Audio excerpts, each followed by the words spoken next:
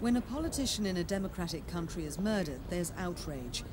When Pim Fortuyn of the Netherlands was shot dead days before a general election in May, there was also a big swing to his right-wing List Pim Fortuyn, or LPF.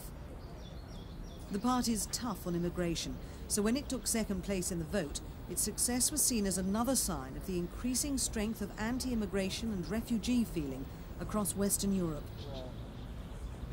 Supporters say they're pragmatic, not racist.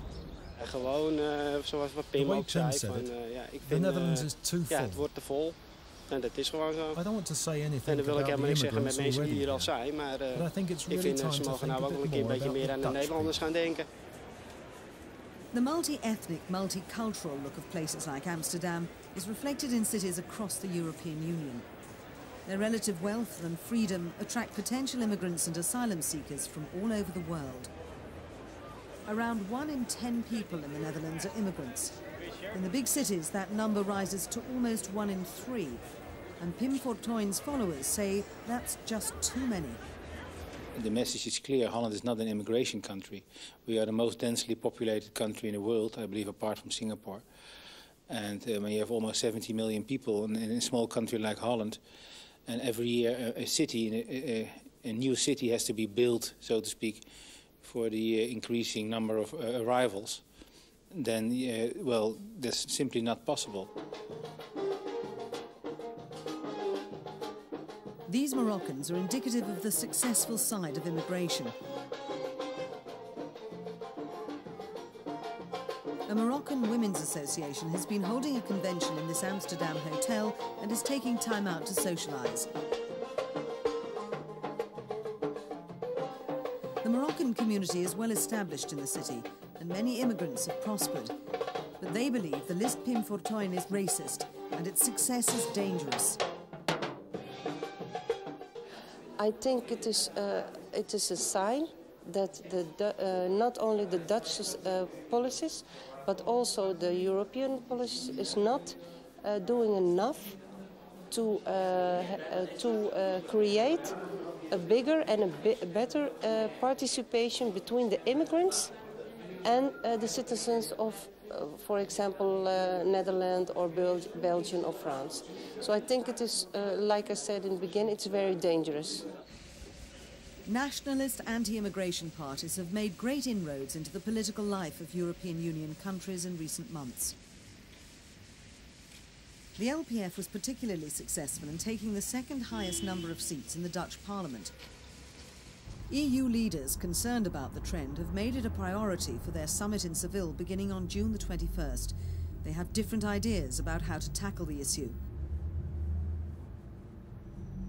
But Pim Fortuyn's successor has very firm ideas about what is and what is not acceptable in the Netherlands. We want, of course, for newcomers that they have to accept our way of living in that sense that we respect other religions, but we do not respect, we do not want things like honor revenge or arranged marriages or female circumcision, all those aspects we now are confronted with because we have a lot of immigrants coming from Muslim countries. Muslims have been in the news constantly since September the 11th, but are just one group among many asylum seekers and potential immigrants in the European Union. Whatever the newcomers' ethnic or religious background, their origins cannot be changed, and that's something that has to be acknowledged. The difficulty in Holland is that the Dutch citizens and the Dutch institutes have to learn to accept us like we are. They don't. What they want is they want us to assimilate. A lot of Moroccan people who have worked hard in the last 20, 30 years to reach a position not only for them, but also for the Moroccan community. We cannot ask every immigrant to leave his roots and start a new one. What seems particularly odd about the LPF's success in the Netherlands is that it's normally regarded as one of the most liberal countries in the world. Soft drugs like cannabis are sold in shops and cafes. Amsterdam's red light district is renowned far and wide, with prostitution a legal, controlled business. It's also a long-standing tourist attraction.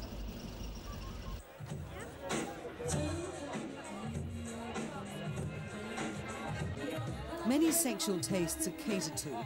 Pim Fortuyn himself was a flamboyant homosexual.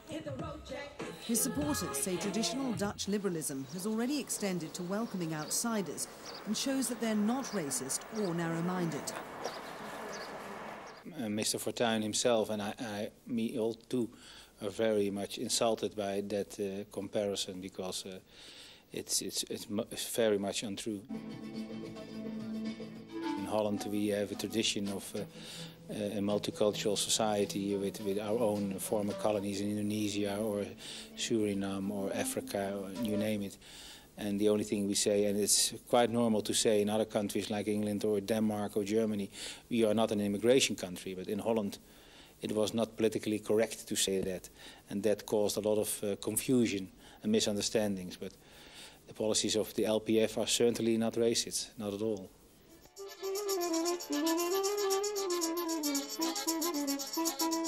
The huge number of people trying to get into the European Union is causing problems for everyone, not just the Dutch. Some officials think greater coordination of EU controls is the solution. Others say incorporating more countries into the Union will slow the influx. But neither measure changes people's attitudes towards each other. You cannot cut your roots and build another roots, or waiting till there were growing new roots. You have to go on with the roots who was given to you by birth or by education, and I think that's the difficulty in Holland. The LPF is a new party still trying to become part of government in the Netherlands, and it might never achieve real power.